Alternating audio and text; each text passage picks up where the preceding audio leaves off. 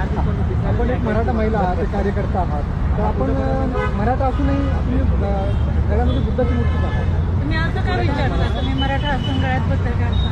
कारण बुद्ध हे एका जातीपुरते मर्यादित नाहीये, अख्ख्या विश्वात बुद्ध आहे. त्यामुळं बुद्ध एका जातीपुरतं मर्यादित नाहीये. मी मराठा असले तरी आमच्या घरात सगळीकडे आम्ही बुद्ध आहेत आणि आम्ही बुद्धांच्या विचाराने आम्ही प्रेरित झालोय. कारण बुद्ध हे शांतीचं एक प्रतीक आहे. त्यामुळं मी गळ्यात बुद्ध घालते. आणि असं काही नाही की बुद्ध एका जातीपुरते आहे. हे लोकांनी ठरवलंय, ते आपण नाही ठरवलं. मी मराठा असून मी बुद्ध घालते कारण मला त्यांचे विचार आवडतात आणि पटतात.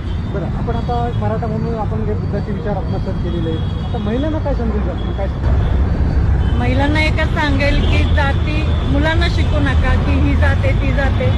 आताच तुम्ही मुलांना शिकवलं नाही तर पुढे जातीवरनं भांडणं होणार नाही आणि जातीयवाद होणार नाही. बुद्धांचे विचार हे मुलांना शिकवण्यासारखेच आहेत.